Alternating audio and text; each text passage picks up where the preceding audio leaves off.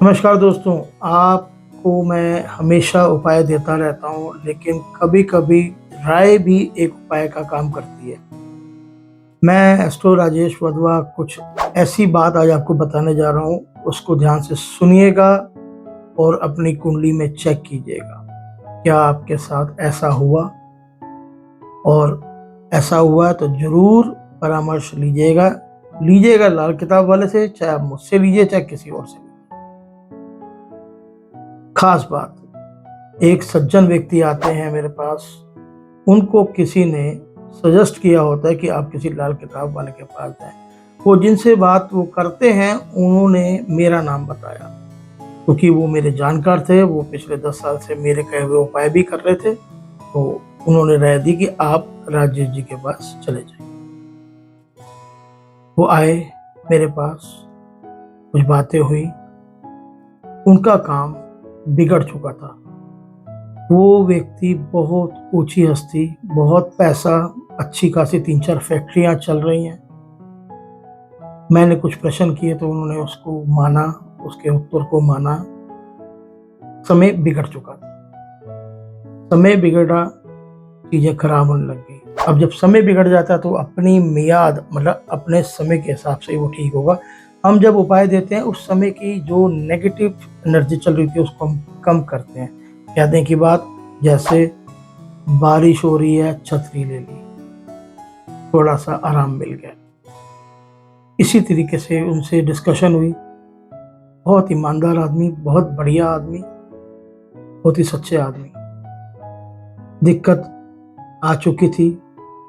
मैंने उनको कहा, आप धैर्य रखें, हिम्मत रखें, मैं आपको इसका सोल्यूशन दूंगा, लेकिन उपाय से पहले आप जो मैं राय कह रहा हूँ, जो आपको राय बता रहा हूँ, वो मानिएगा। आपकी चीजें अपने आप सुधर जाएंगी। उन्होंने मेरी बात को बड़े ध्यान से सुना। मैंने उनको बताया। आप भी इस चीज को ध्यान से सुनिएगा जो मैं बताने जा रहा हूँ। कुंडली में खाना नंबर 4, हाउस नंबर 4 में जब बृहस्पति गुरु बैठे होते हैं, तब इंसान को हिम्मत नहीं हारनी चाहिए।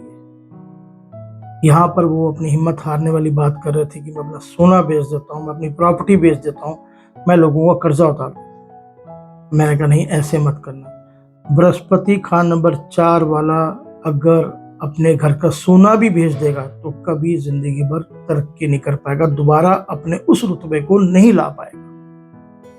मैंने उनको सलाह दी, ऐसा मत कीजिए। क्यों? क्योंकि वो व्यक्ति जो ऊंची पदवी पा चुका था अपनी मेहनत द्वारा, वो उस चीज को खोना नहीं चाहता था।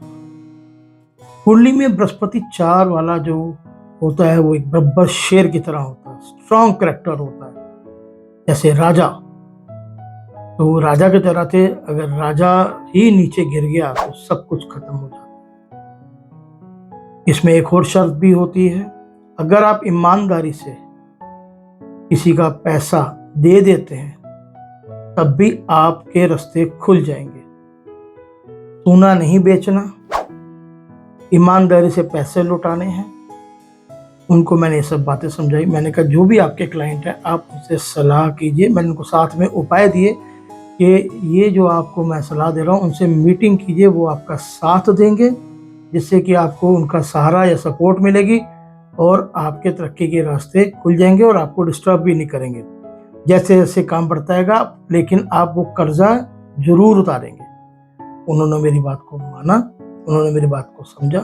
साथ में कुछ उपाय बताए थे, जैसे एक छोटा सा उपाय इसमें मैं बता देता हूँ। कभी भी आपने अपना छाती को नंगा नहीं दिखाना।